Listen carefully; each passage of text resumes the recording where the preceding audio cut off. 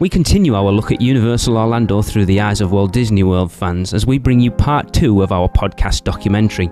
You are listening to episode 405 of the Unofficial Universal Orlando podcast.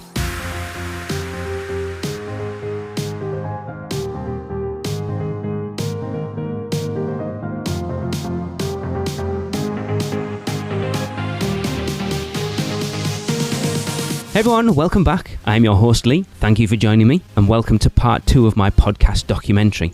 If you haven't listened to the last episode, then please go back and listen. It's episode 404 and I encourage you to do so before listening to this one. As I said, this is part 2 of our documentary.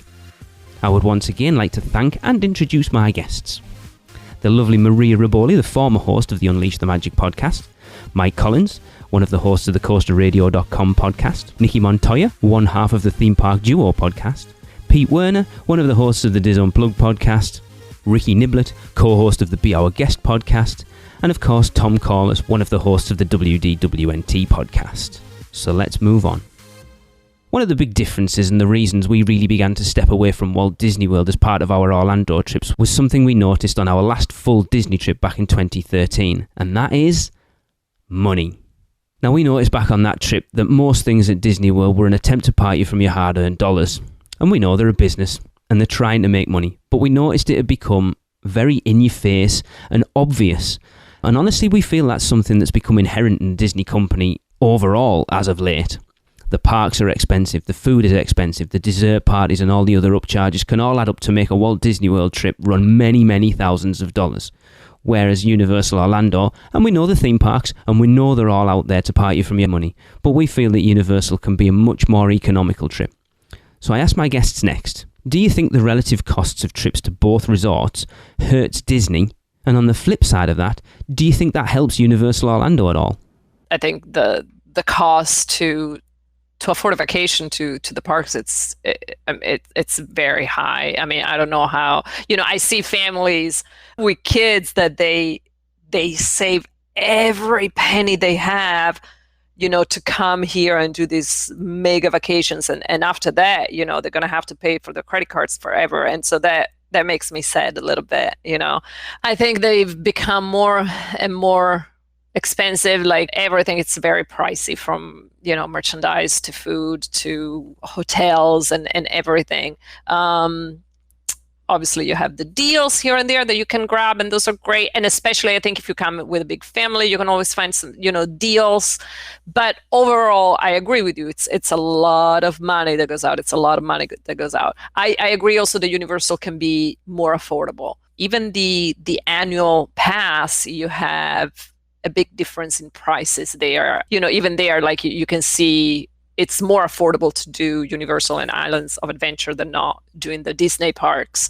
So I think at the end of it, if you have a hardcore Disney fan, no matter what, they're still going to go to Disney. You know what I mean? Maybe they're going to go to their cheaper hotels. Maybe they're going to stay off property. Maybe they're going to do just one park instead of 4. But they're still going to put their money there. I think the people that are going to swing towards maybe a little bit more Universal are the ones that enjoy both parks. And I'm thinking about right now, this is probably a different answer that I'm giving you because we're in a different moment in history. I think from, when we're going to come out of the shutdown and the whole COVID-19, I think we're going to see a very different approach also to the parks. And I think, again, if you're a hardcore Disney fan, no, the moment they reopen the gates, you're going to be a Magic Kingdom, right? But if you are a fan of both parks and you've been missing the parks and just going to the parks, I think you're going to also look at your wallet and you're going to look at your bank account and be like, okay, it's been kind of tough for a while. Where can I go that I can still enjoy and get that experience, but I'm not going to be completely broke after. And so maybe I think people will swing towards Universal, maybe a little bit more there. So I think, and again, I'm just talking, this is my opinion, obviously, but I think Universal might see a profit from that for sure. And I agree with you. I think it's more affordable in general, even for a big family, and it still offers a lot. And even I actually had friends not too long ago that decided to stay off property near Universal, and they did Universal and Islands of Adventure, and then they pick one Disney park to go one day, even though they were huge Disney fans. But they were like, we don't really have the money to do all the parks. We're just going to pick one, and then we're going to try Universal this time. So it's something that I've seen for sure, and I think it's something that is going to benefit Universal in the long run. If you don't have a pass for the parks, both for Disney and Universal, you have to pay for parking, you don't get a discount for meals, you don't get a discount for merchandise. So for a family that, maybe they come once a year or once every 2 years, that, and it's more convenient for them to just pay for one trip instead of doing the pass, I can see, I want to save even more, so then I'm gonna go towards Universal. Like, I'm looking at the parks even without the annual pass, and overall, definitely Universal can be cheaper than Disney. Yes. Yeah, recently I went through I have these junk drawers of theme park stuff, and so I was going through and tidying it up. Actually, during all of this time of COVID, I had some time to kind of go through my office, and I found some old Disney tickets. And I was shocked at the prices on them. They were so inexpensive. And this was in the mid 90s, and it was like $50 or $60 or something like that. And I was kind of shocked, because in these days where ticket prices are just, for a Disney park, are just going up and up and up, and you can't go for a one-day visit anymore without it being, over $120 on most days. And that to me is kind of shocking. I'm not somebody who lives near a Disney park, so sometimes for my traveling, if I am in Southern California, maybe I want to go to Disneyland for a day, but I can't do it. It's too expensive for one day, especially if I dared to want to park hop. That would just be too much. So Disney, for whatever reason, has figured out that they can charge these prices because people will pay them, but they are pricing out, in my opinion, the average person who may just want to go on a whim. Really, it seems these days that if you want to go to Disney, you have to do it as some type of gigantic trip where you're there for 3 or 4 days, because those are the only days, that's the only way that the ticket price will come down. Also, when you're in the park too, it just seems like everything is pretty expensive. There are no deals to be had. And everywhere you look, even in, like, one of the things I remember walking down Main Street, and I remember the Penny Arcade that was there, that's now a shop. It's like just all retail. I remember the movie theater where you could go in and watch, Mickey Mouse cartoons. That's now a shop where they're selling expensive art pieces. All of these things that were kind of fun about Disney, like some of these spaces that were unique and, where you could go in and it was quote unquote free, something interesting to do for free. They're being taken over by retail. And I think when you look behind the scenes, a lot of the people who are running the park don't come from entertainment. They come from retail. I mean, I think like years ago, the guy who ran the Gap, ran Disney or, something like that. And so a lot of the people are there really just to maximize the bottom line. And I get that. Disney's a business. It's got to make money. But sometimes I think they do it at the expense of what the park was originally designed for by Walt Disney. And, and sure, Walt Disney was out to turn a buck too, of course. But I think he also, in many ways, wanted to make sure that it really was that place where, families could have fun together. Universal's the same way. Of course, they want to turn a buck too. They're owned by Comcast. They're, a publicly traded company. They want to make sure that that bottom line is healthy. But for whatever reason, when I was there, it didn't feel like every single space was about making money. They still had themed areas that you could be walking through that told a story. And, if you're a fan of theme parks, that's what you kind of want to see. The rides and attractions are fun and having the food and the restaurants are great, but you want sort of some areas of the park where a story is being told.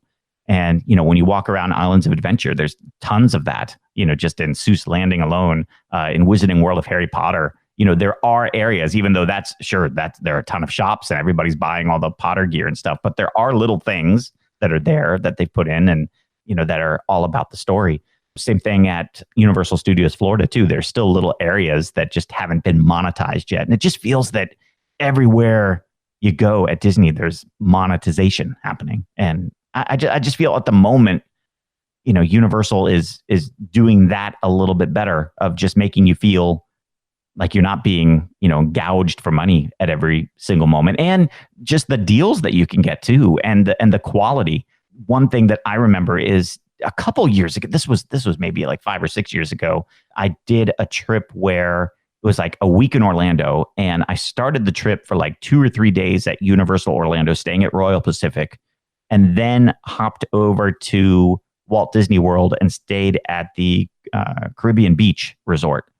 And the Caribbean Beach Resort was so much more expensive than staying at Royal Pacific, but the room was nowhere as good as what they had at Universal. And I remember all of us who were there, we were like, oh, this is kind of a bummer. Like, this is not as good as the Royal Pacific. And in my head, I'm thinking, wait, I'm paying more for this. I'm actually paying more, and it looks like a Holiday Inn room, or like some type of like lower budget hotel. Like, and don't get me wrong, the grounds there are beautiful, and there's pools, and there's all these things to do and places to walk, and that was beautiful. But the room itself was nowhere as good as what Universal was offering, and that room was less expensive. And you got Universal Express with that too. So you felt like you were getting more for your money and your vacation dollar at Universal than you did for Disney. And that trip, I've always thought back to that trip. And that may be why on my most recent trip to Orlando, I stayed at Universal and not Disney, and didn't go to Disney. Maybe it was because of that.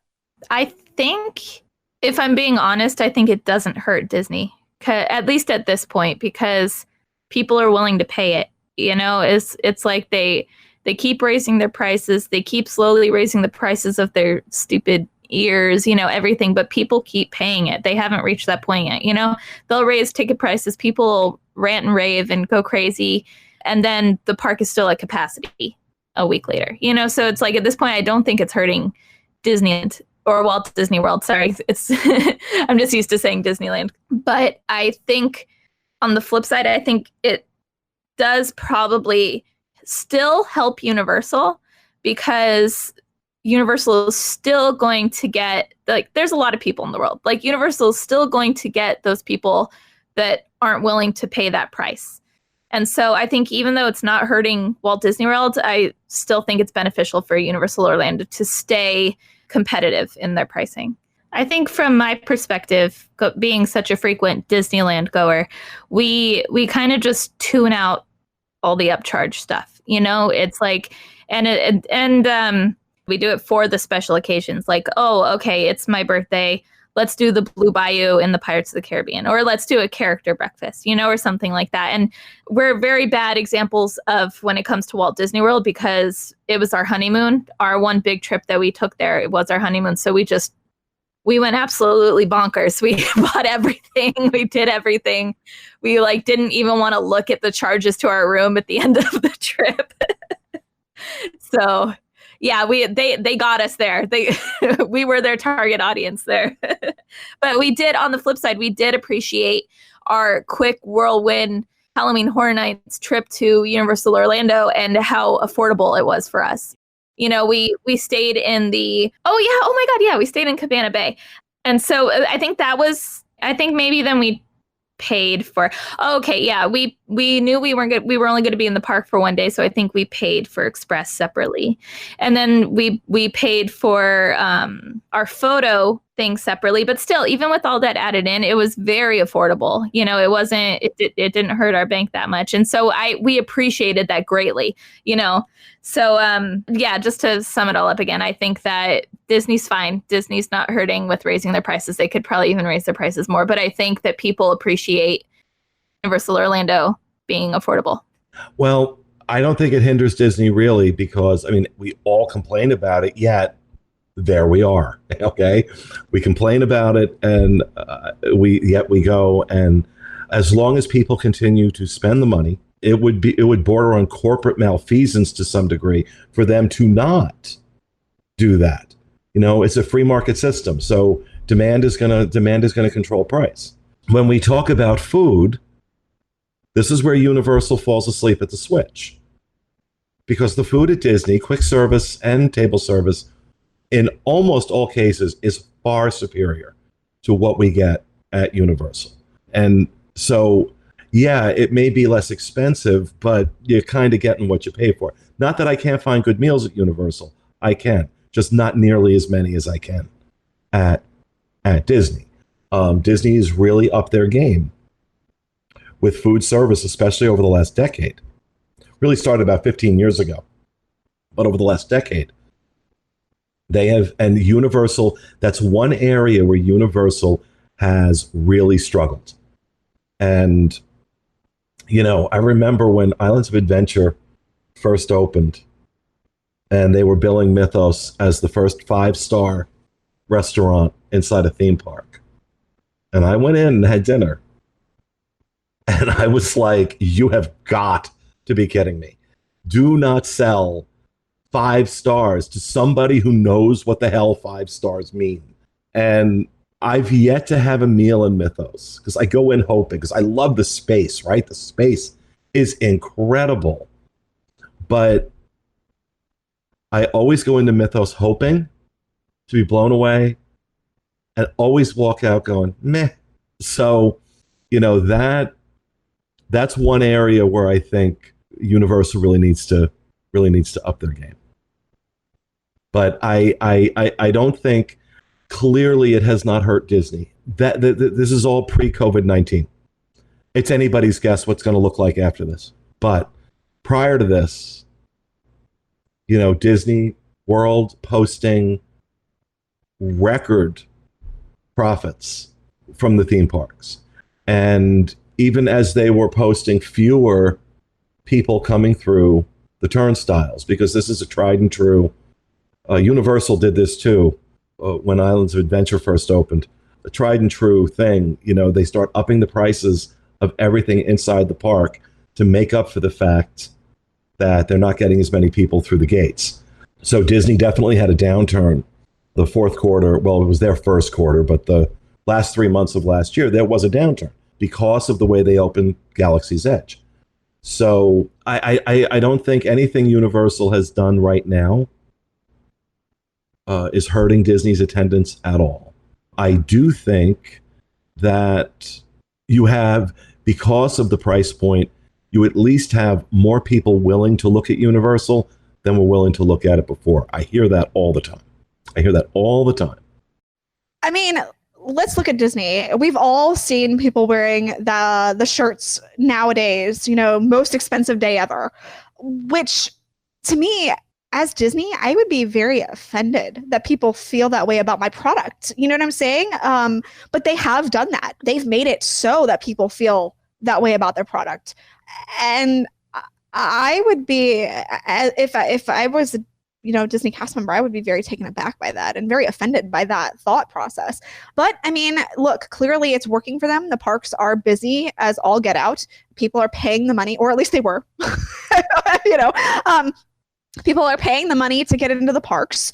They're paying the money to do these extravagant experiences. You know, you look at how prevalent things like dessert parties are, and like how expensive character buffets are. And, you know, people are yes, there have been some people that have been they've definitely been phased out, you know, but because of the cost of Disney. But then again, there are people who are like, well, that's okay. I'll just put it off an extra year and save a little extra money, and then I'll get to do all those experiences. So in that regard, you know, they're still raking it in, and that which is bizarre to me. But then again, I'm definitely one who's still spending their money on things. But I'm a little more conscientious of what I'm spending my money on. Maybe this trip I won't do that one expensive thing, but I'll do another expensive thing, you know, or you know, maybe I won't do a character meal or whatever. As far as Universal goes, I feel like, you know, they have their things that they get their money out of. I am not a fan of the cheesy, you know, arcade games that they have that line the park, you know, where you try to squirt a gun and, you know, play against everybody else. And like all those carnival type games, that to me feels like a bit of a money grab. And I don't appreciate that type of experience all around the park. I mean, it's everywhere. I feel like Universal doesn't do things like character meals, so maybe that's probably why very often. So that's maybe why you don't feel like you're getting taken advantage of as much, because you can go and have a meal without having be forced to meet a character and paying a lot of money for that. I do feel like the one place I feel like Universal has over Disney by a lot, and I mean a lot, are their hotels. Their hotels are so incredibly affordable overall. I mean, they have made it so that you can stay at a hotel for, $119 or less a night, especially with like Endless Summer, or, you've got Cabana Bay too, which is just a fantastic resort. I haven't stayed at Endless Summer yet, so I don't know, about that one. But, I absolutely love my experiences at Cabana Bay, and it is absolutely as equivalent as something like a Pop Century at Disney. And it's way less money than a Pop Century. So in that regard, I think Universal, and the fact that their hotels are so much more affordable, that is really what makes Universal appear as though it is not as much of a money grab as, say, Disney. Because you look at spending $400, $500, $600 a night at a Disney hotel, and I mean, I'm gonna second guess that. But you look at spending $200 a night at a nice Universal hotel, and I'm gonna think, well, maybe I stay at Universal because it's not as expensive, and plus you get the added perk of getting Express Pass if you do stay at the upper tier hotels for Universal. So you get that thrown in, and that starts to make it look a little more appealing. So I get the sense of how a lot of people think that Disney is a money grab and how maybe Universal isn't. I think in the theme parks, both are equal money grabs. But I think at the resorts is where Universal shines. I don't think that the money grabbing hinders Disney. I think people want an experience at a certain level, and I think if anything's been proven, if you give people what they want, they'll spend the money. So I'm not the biggest fan of Star Wars Galaxy's Edge. I think there are parts of it that are really great, but I think people are more than willing to shell out a lot of money for things, way more than things are worth, to have certain experiences. And so people, and a lot of people probably made trips specifically for Star Wars. And because of that, I don't think a price tag or anything that might have felt like price gouging bothered them. Like, people still bought $6 Coke bottles. People still bought, I feel like everyone who went to Galaxy's Edge bought a $200 lightsaber. I've seen celebrities and all sorts of just random people who aren't even Disney fans on social media with those $200 lightsabers. How expensive is a Rano wrap? How much more is a Rano wrap than a hot dog, even at a baseball game in America, which is insane. There's money grab, but I think every theme park does it. I don't think it's exclusive to Universal or Disney or anyone. The theme park business has always been built on upsells. I mean, once you're there, what more can we sell you, or where do we make more money? There's no theme park I've ever been to where it doesn't feel like they're doing that. And you vote with your dollar. Do you want that upsell or do you not? So you can choose to have it or you can choose not to have it. You can choose to have that refillable resort mode. You can choose to go to Disney after hours. You can choose all those things. It's the same with like Halloween Horror Nights. You can choose, to do if you want to add on it, there's a scare actor dining experience. If you really want more time with scare actors and maybe photos, you can do that. And I don't know that it's exclusive to Disney. Has it become more so in recent years? Sure. There certainly are more add-on events, but that's because there's a market for them. If people are paying for them, it's not price gouging if people are willing to pay for it. If everyone is in agreement and stops buying a particular thing or upcharge or whatever, or people just stop coming to Disney World or any theme park, you can say that. But I think until people don't, that's business. If you are up in attendance every year, despite raising prices, the demand is there. I can't argue that. That's just business. And you are a business. That's like running a store. Like, if people are buying a ton of a product that maybe it's priced too cheap, people will have a breaking point. People will stop spending money when it's too much for them. People have that control.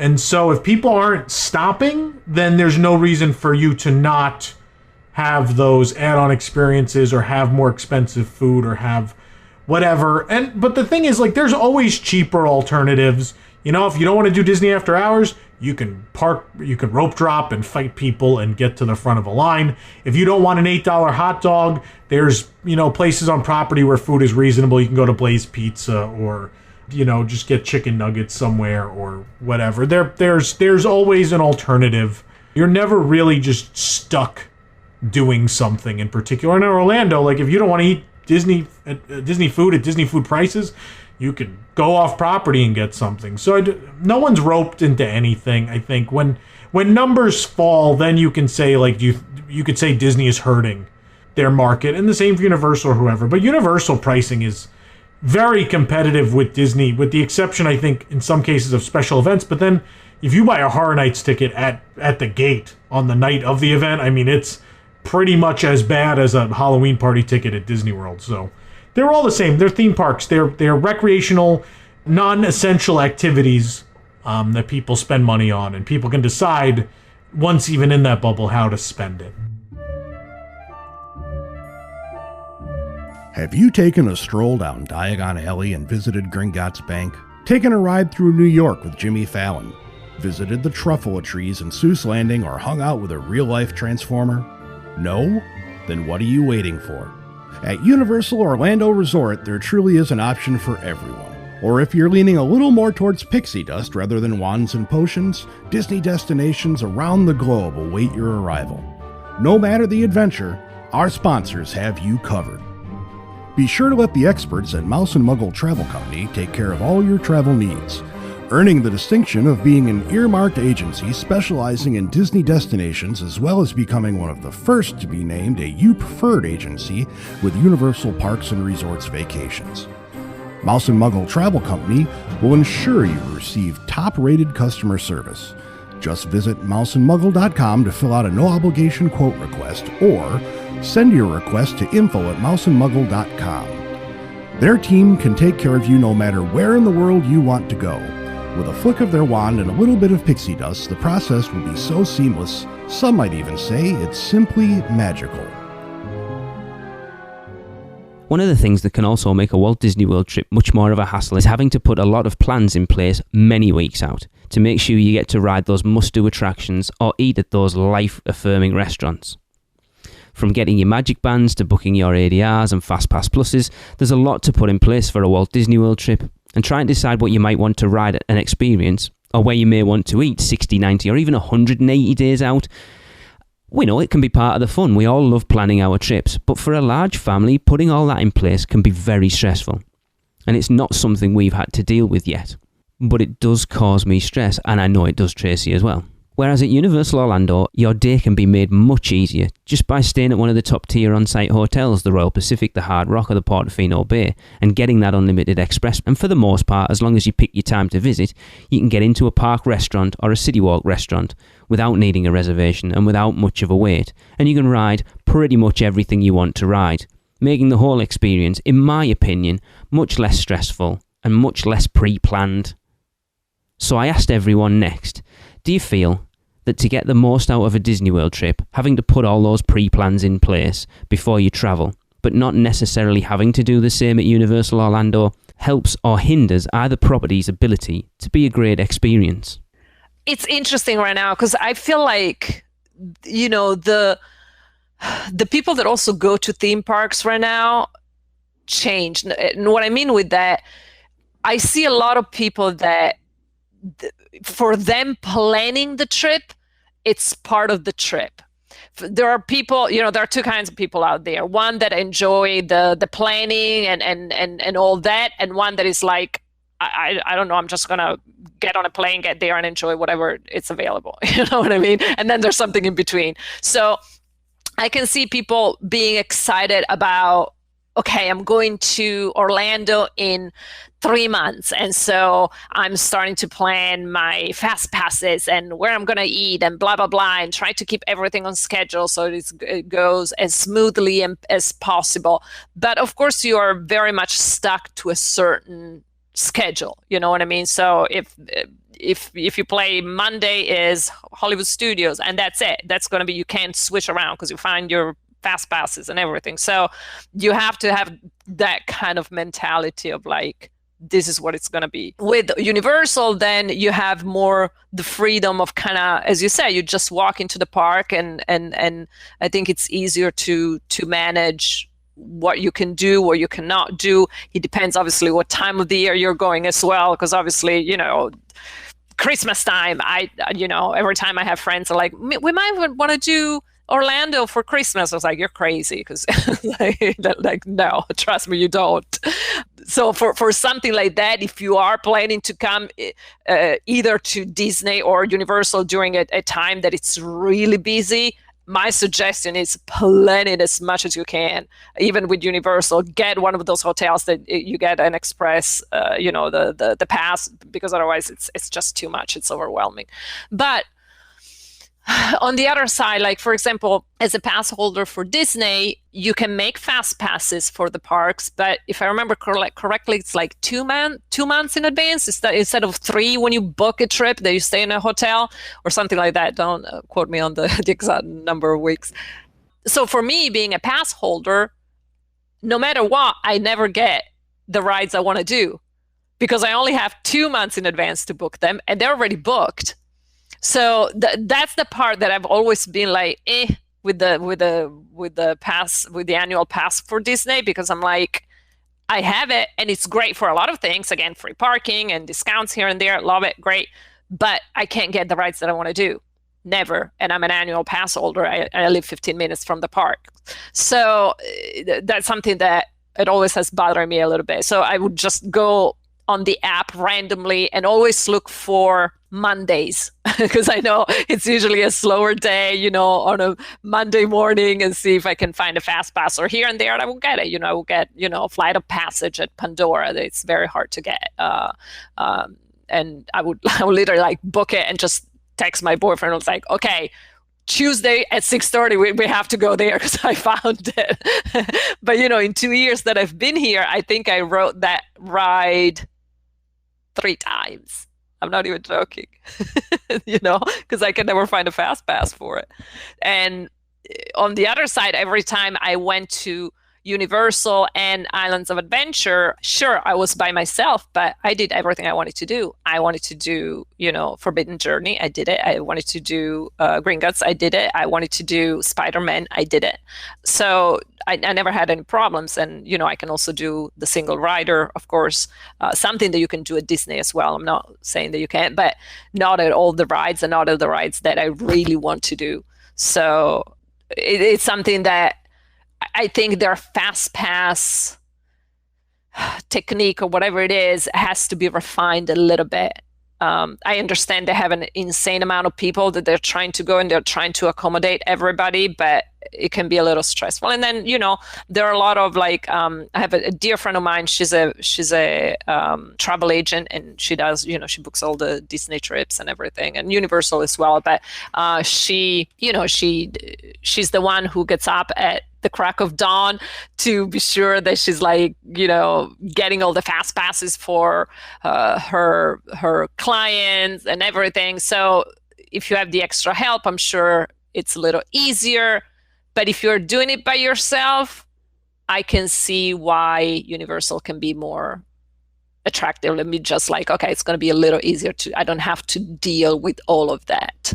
I know that there are people who love planning their Disney vacation down to a T. They have their Excel spreadsheets, and they have each day broken down by hour. We're going to ride this first, and then we're going to do this, and then we're going to go meet Mickey, and then we're going to eat here.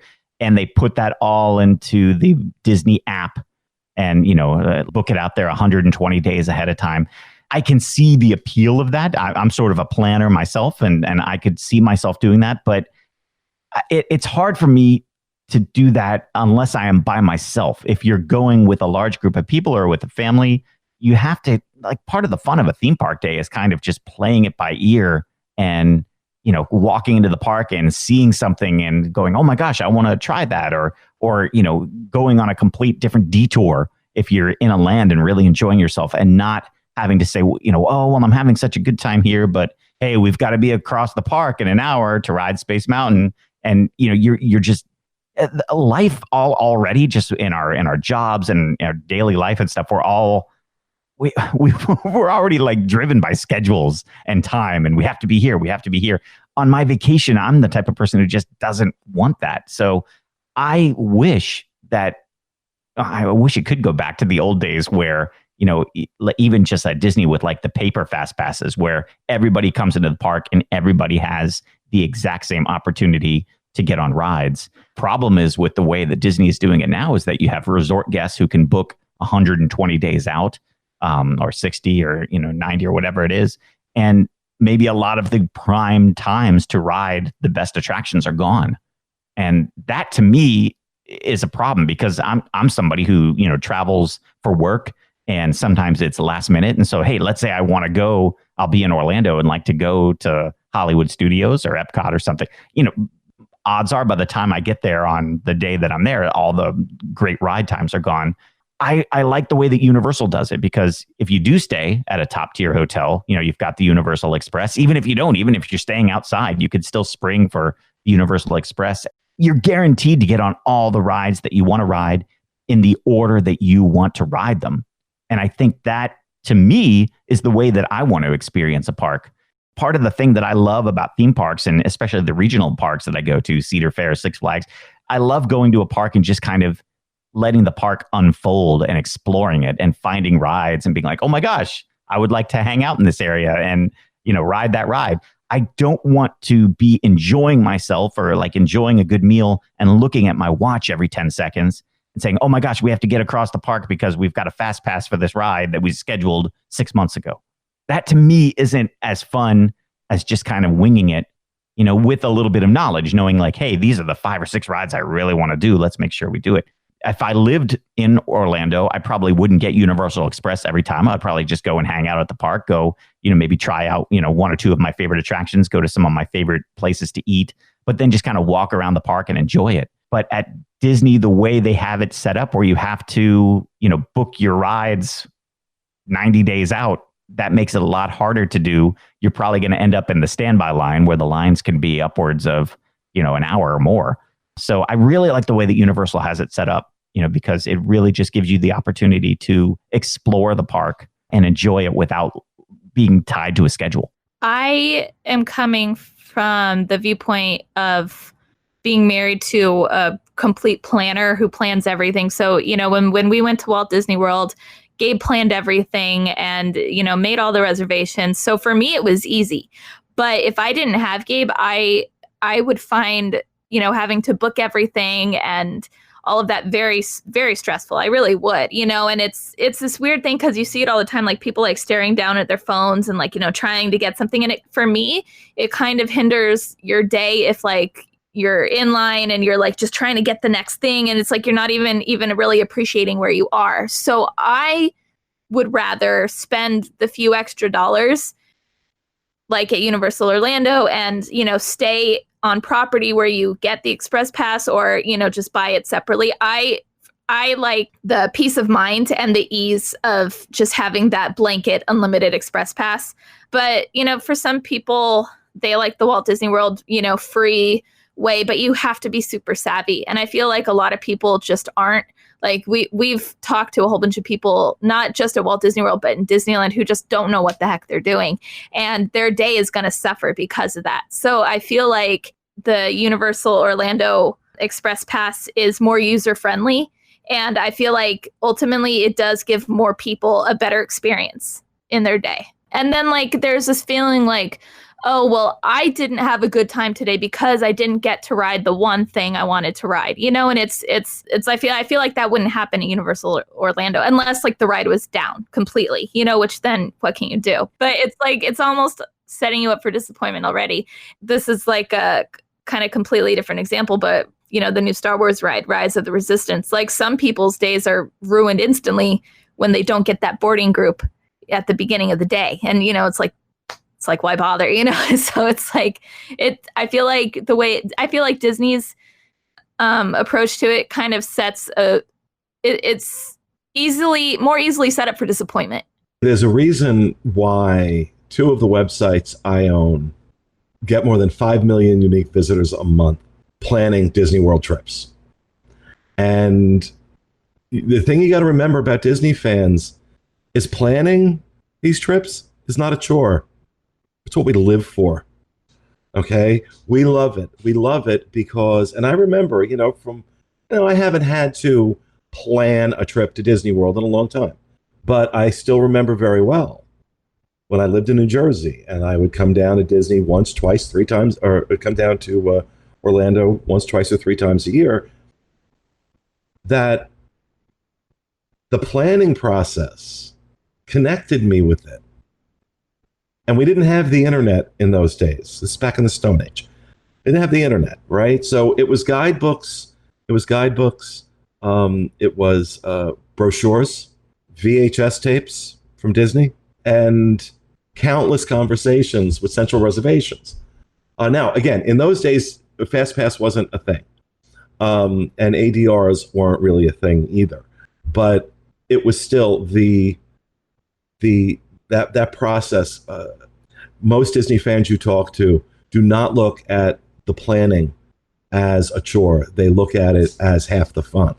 So that being said, when it comes to Fast Passes versus Express Pass, I love the way Universal does it. It really is phenomenal when you're staying at either Royal Pacific, Hard Rock, or Portofino, that you automatically get the Express Pass included with your room key. And that's great. And it's a very seamless system. But we also have to remember, much smaller set of theme parks. Disney World, 44 square miles. Universal is not. 4 theme parks. The number of restaurants. I don't even know what the count is on restaurants now at Disney World. So it's a very different experience. We do tell people all the time, if you'll want something more relaxing, absolutely go to Universal. If you're not into that planning, then Universal is absolutely the right choice, because you are not going to have an existential experience at the Magic Kingdom, and at least not ride anything or eat anywhere. If you want to walk around for 8 hours and have quick service, fine. But if you walk into these parks without a plan, it's an issue. So from that standpoint, absolutely much easier at Universal. But again, you're looking at two very different experiences. Here's the thing. Yes, there are some people that when they don't get dinner at Cinderella's Royal Table or Be Our Guest, that they start pounding their chest and talking about how their children are scarred for life. And, my children won't stop crying because we can't get to... I'm like, okay, well, either your children need to be medicated, you need to be medicated, or you need to just knock it the hell off. Okay, it's a I get it. It's important, you wanted to do it, but life is full of disappointments. Maybe it's time for your little snowflakes to learn that. And that drives me nuts when people make this big thing because they can't get a reservation. At the same time, the one thing that I really like about Disney is the number of alternatives you have. You have a lot of alternatives, and with a little work and a little luck, you can get pretty much everything you want. So I am probably a misnomer as far as Disney is concerned, because I do get down there pretty often. I don't do the planning that most normal people do for their vacation.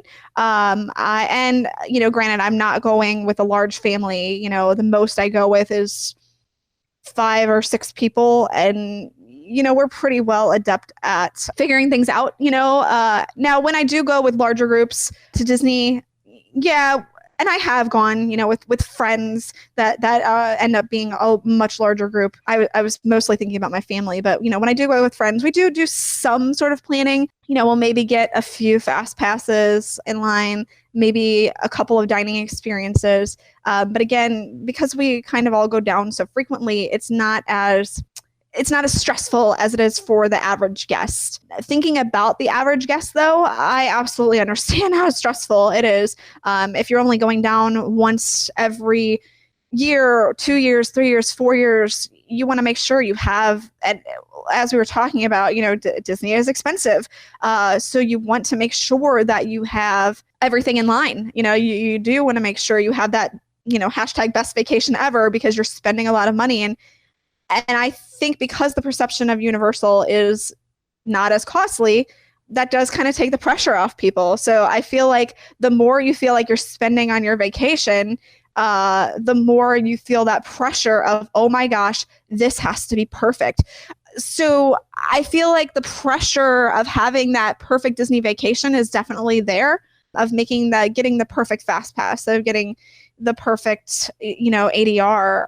Absolutely. I feel like it's there. And I feel like it does hinder people sometimes. I feel so free going down there. I mean, when I go down there personally, I don't tend to make fast passes until like the day, maybe week before, if I think about it. And I'm pretty skilled at, I may not, look, I know I'm not going to get Seven Dwarfs Mine Train or Slinky Dog Dash, but let's be honest, because I don't usually stay on site. So if I'm an NAO pass holder, so I don't get, any special 60-day perks for that, unfortunately, which I wish I did. But, you only get the 60-day perks if you're staying on site.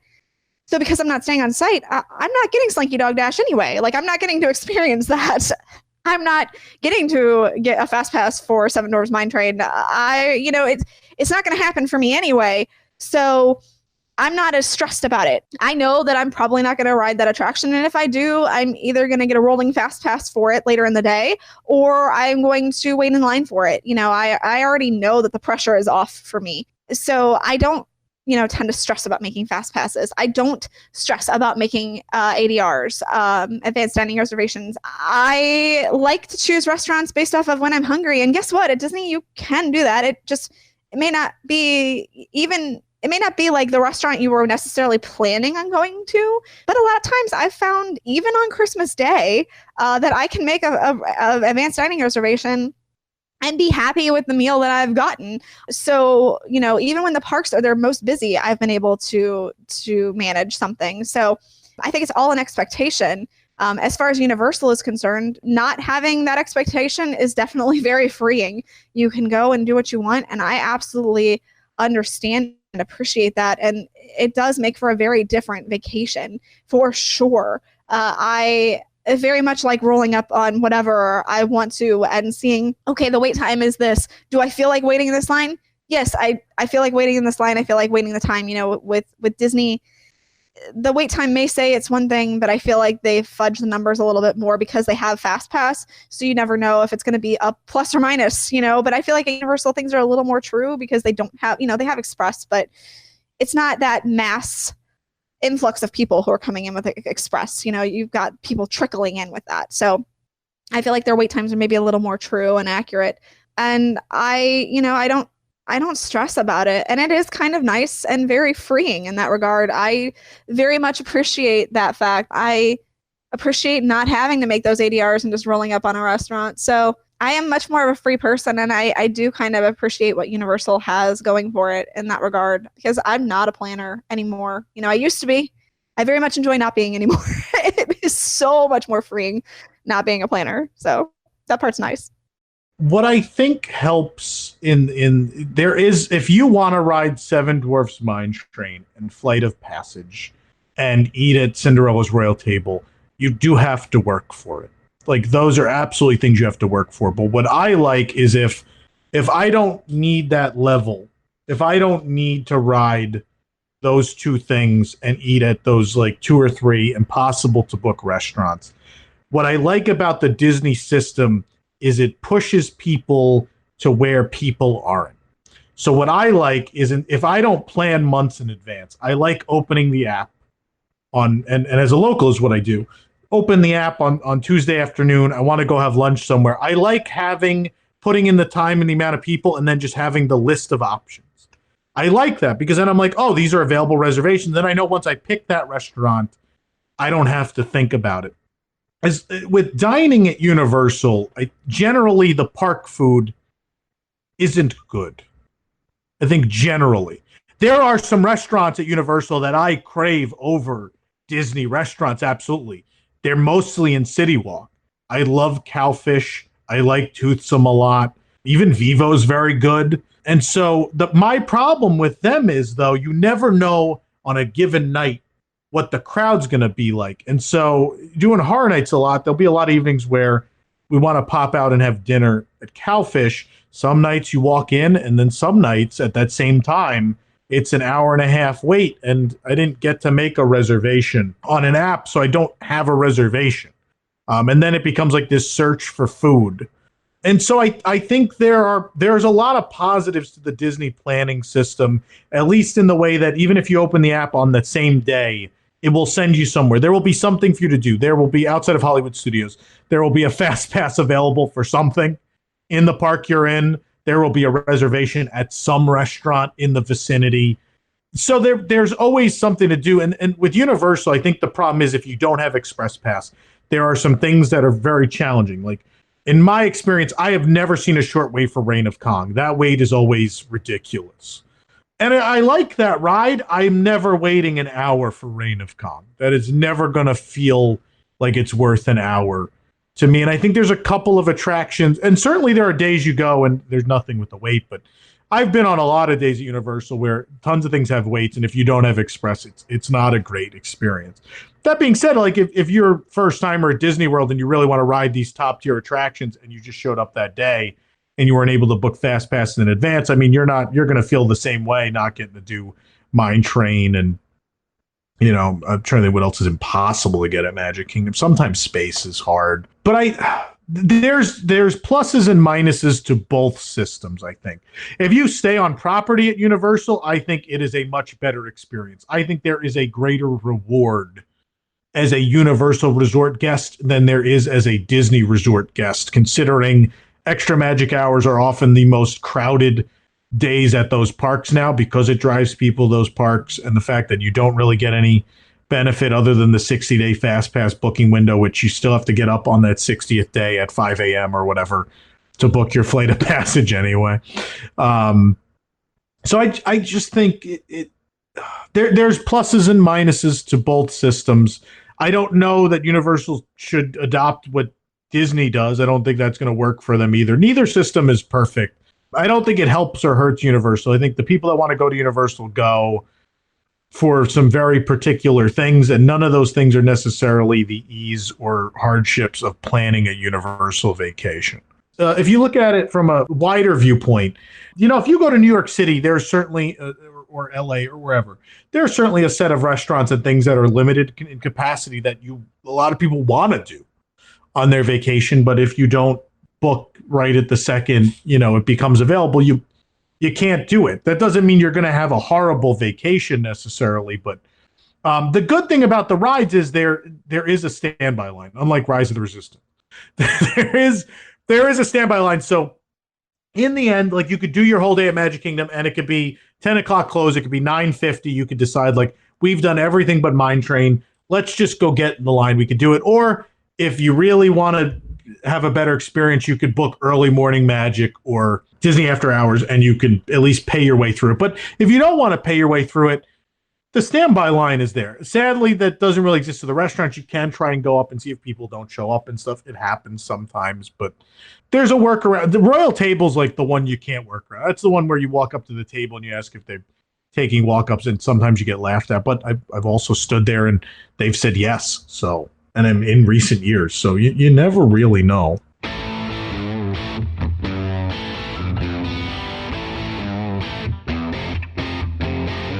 Well, believe it or not, we are at the end of part 2, and that is going to wrap up episode 405 of the Unofficial Universal Orlando podcast. I hope you enjoyed part 2 of our documentary, and I hope you can't wait to listen to part 3 as we wrap this thing up.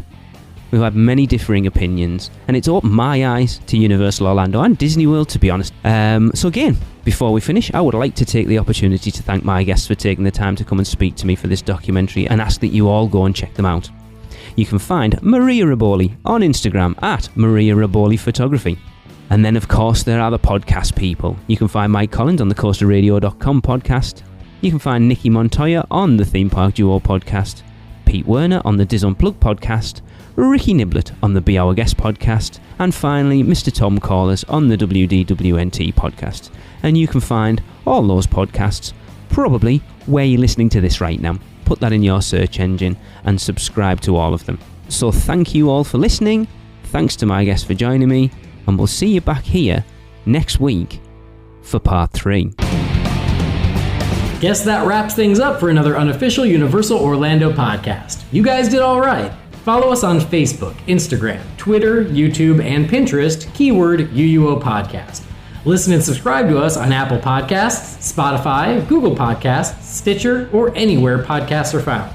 You can find our blog at uuopodcast.com. Send us your spews, which Lou gets your poo recordings, questions, or comments to podcast@uuopodcast.com.